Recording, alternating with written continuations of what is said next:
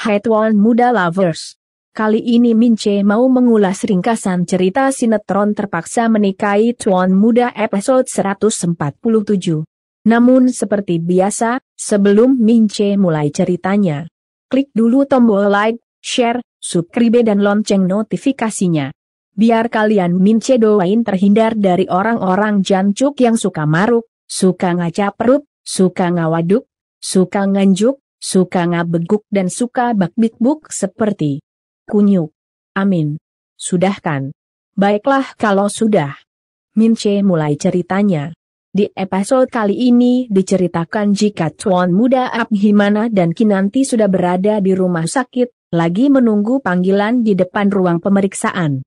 Namun tiba-tiba Kinanti kebelet pipis. Kinanti pun lalu menatap Abhimana. Mas Abhi, saya ke toilet dulu ya. Abhimana tercekat dan langsung balas menatap Kinanti. Saya anterin ya. Kinanti sambil nunjuk ke arah toilet lalu jawab. Nggak usah mas. Itu kan toiletnya dekat di sana. Abhimana pun akhirnya mengangguk. Kinanti lalu bangkit dan beranjak ke toilet.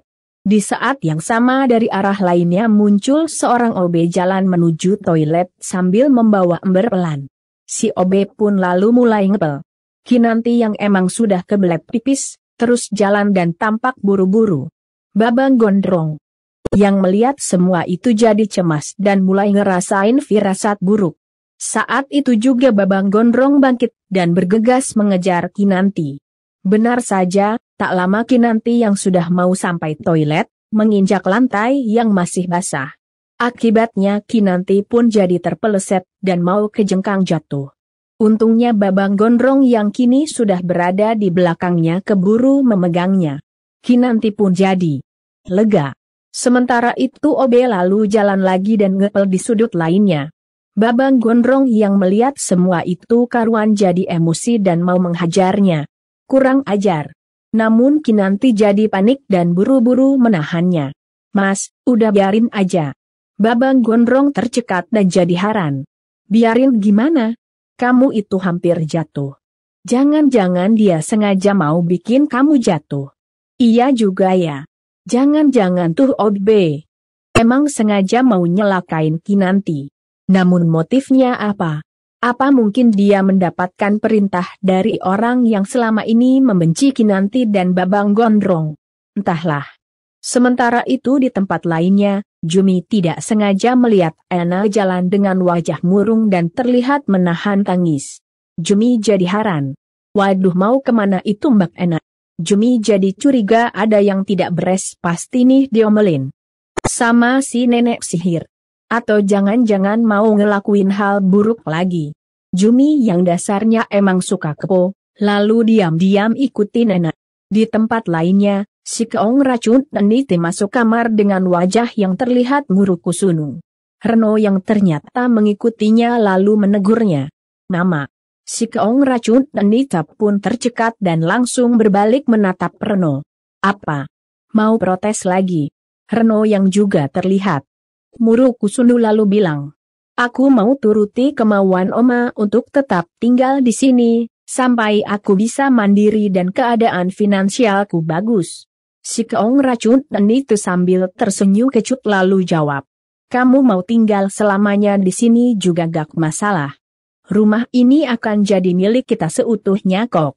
Reno jawab. Tapi, Reno minta syarat. Si Keong Racun itu tercekat dan langsung bertanya ketus. Syarat apa? Reno jawab.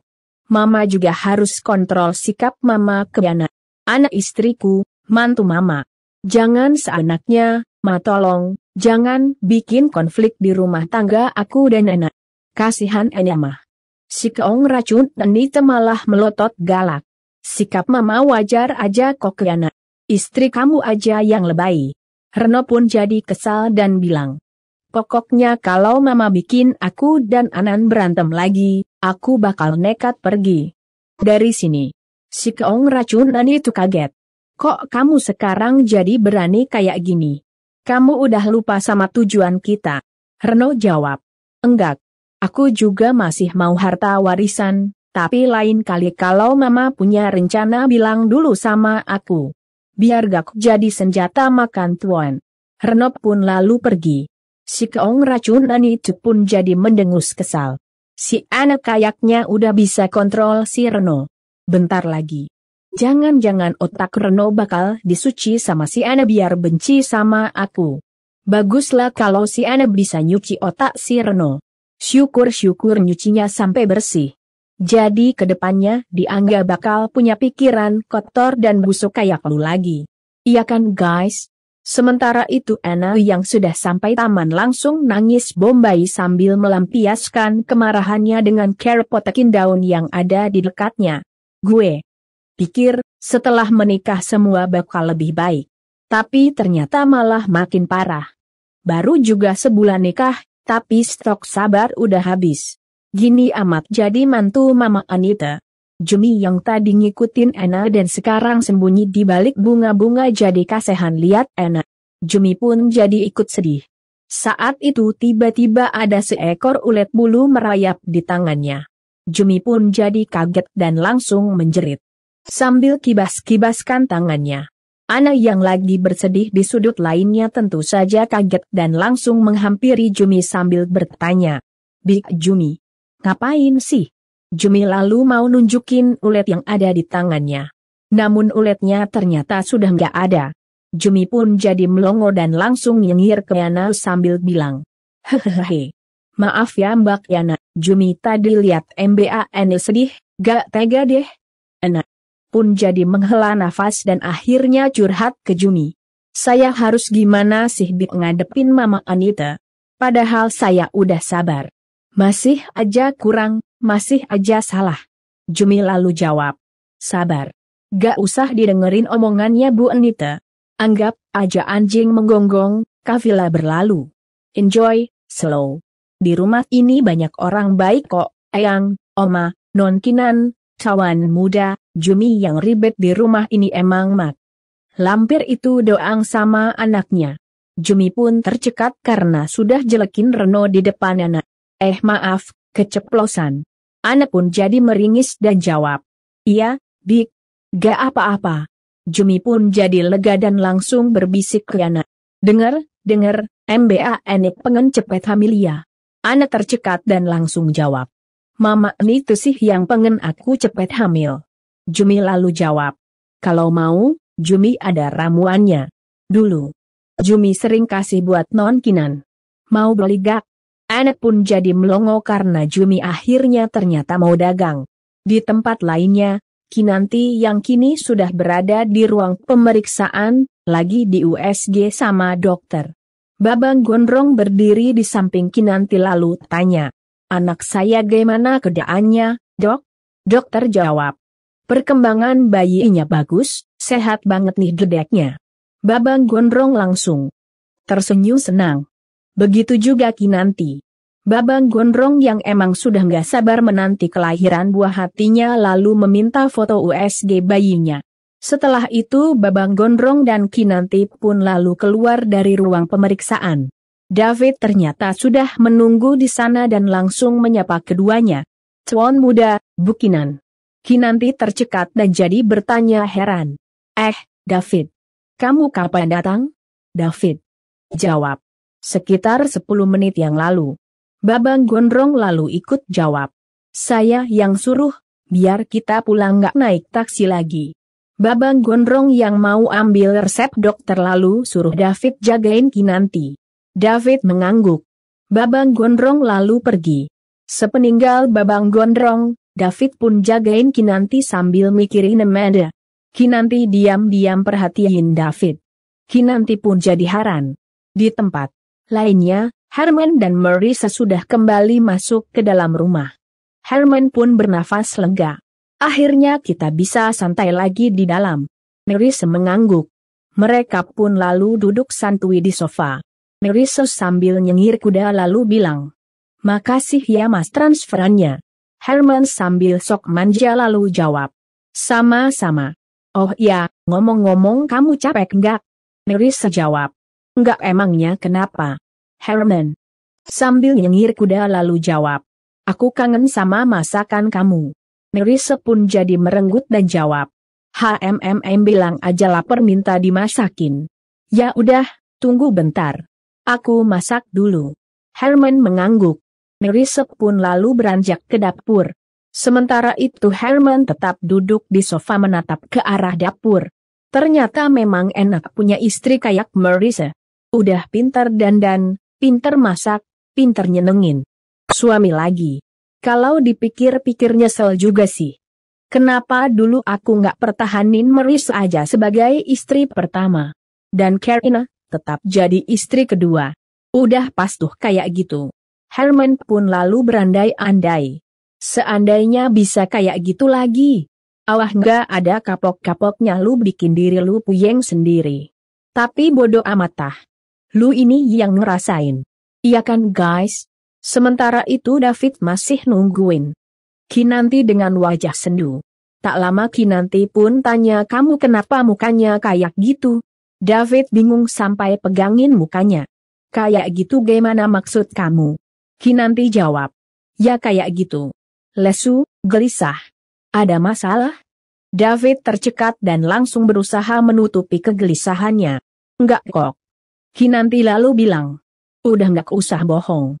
Kayak orang baru kenal aja. Aku ini udah paham banget gimana muka kamu kalau lagi ada masalah. Jadi ayo cerita. Ada masalah apa? David pun jadi terdiam dan tampak serba salah. Kinanti coba menebak. Soal Amanda ya. David kaget. Sementara Kinanti malah tersenyum. Ya udah, kalau kamu nggak mau cerita juga nggak apa-apa. Tapi aku cuma mau bilang, kalau memang kamu dan Amanda itu berjodoh, pasti akan ada jalannya kok. Ikutin aja kata hati, atau paling enggak, coba. Kamu pikir lagi. Apa maksud Tuhan selalu mempertemukan kalian lagi dan lagi? David pun jadi terhenyak dan langsung memikirkan ucapan Kinanti. Sementara itu Karina yang berada di kantornya baru selesai memeriksa pekerjaannya. Karina lalu lihat jam sambil bergumam. Masih jam segini, enaknya ngapain ya? Karina pun jadi mikir. Apa pulang aja ya? Mumpung belum ada kesibukan. Jadi bisa sekalian masakin. Makan siang buat Mas Herman. Kasihan juga dia sakit sendirian di rumah sekaligus biar Mas Herman berhenti banding-bandingin aku sama Mbak Marissa lagi. Karina pun lalu ambil tasnya dan kemudian pergi. Nah loh. Alamat bakalan mergokin si Marissa nih guys. Kira-kira bakal terjadi perang lagi nggak ya? Sementara itu Amanda yang berada di yayasan baru selesai beberes buku-buku di perpustakaan. Tiba-tiba Joko lewat dan mau pergi. Amanda lihat dan langsung menatap tegang sambil berkata dalam hati. Dia udah mau pergi. Pasti mau ketemu si bos. Aku nggak boleh ketinggalan nih. Amanda pun buru-buru selesaikan pekerjaannya. Ambil tas dan bergegas pergi ngikutin Joko.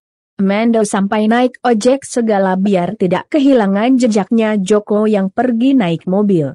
Sementara itu Babang Gondrong, Kinanti dan David akhirnya sampai rumah. Babang Gondrong pun lalu bilang ke Kinanti. Kamu masuk kamar duluan ya, saya masih mau ngomong sama David. Kinanti mengangguk, ucapin makasih ke David dan langsung masuk ke dalam rumah. Babang Gondrong pun lalu tanya David. Gimana tugas yang tadi saya suruh di mobil, udah dikerjain? David jawab. Sudah Tuan, sebentar lagi orangnya datang. Tak lama kemudian, seorang pegawai toko CCTV datang. Selamat siang, saya dari Datacam mau pasang CCTV. Babang Gondrong jawab.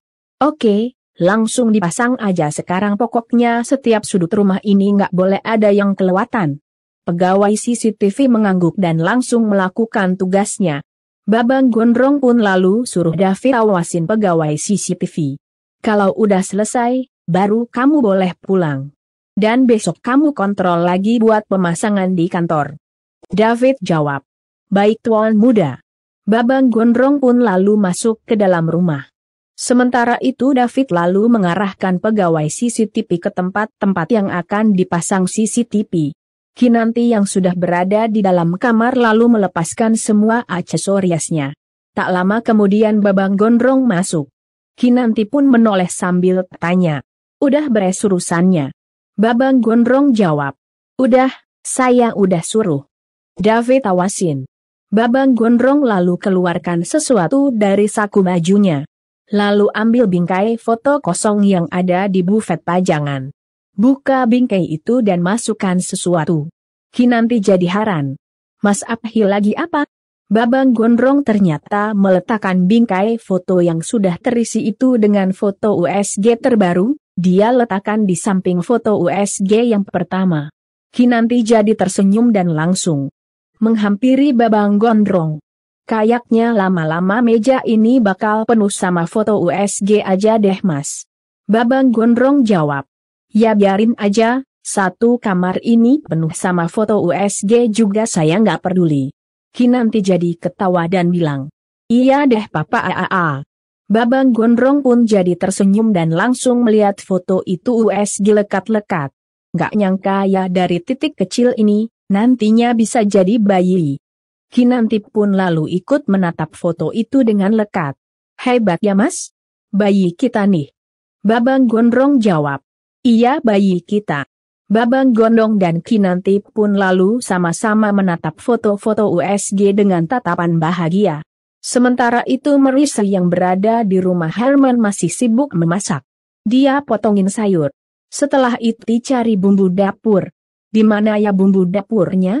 Perasaan dulu aku taruhnya di sini. Deh. Marissa pun jadi kesal karena nggak nemu-nemu. Pasti dipindahin sama Karen deh, banyak gaya banget sih masak aja jarang, pakai pindah-pindahin tempat bumbu segala. Mana dapurnya juga berdebu gini. Jorok. Marissa masak sambil komentarin dapurnya yang banyak berubah. Sementara itu Herman yang ada di ruang tengah masih duduk santuy sambil nungguin masakan Marissa matang. Tiba-tiba terdengar suara mobil masuk ke halaman rumahnya. Herman kaget dan jadi heran. Suara mobil siapa tuh? Herman lalu ngintip ke balik jendela. Yang datang ternyata mobilnya Karina. Herman makin kaget. Gawat. Herman pun jadi panik dan kalang kabut.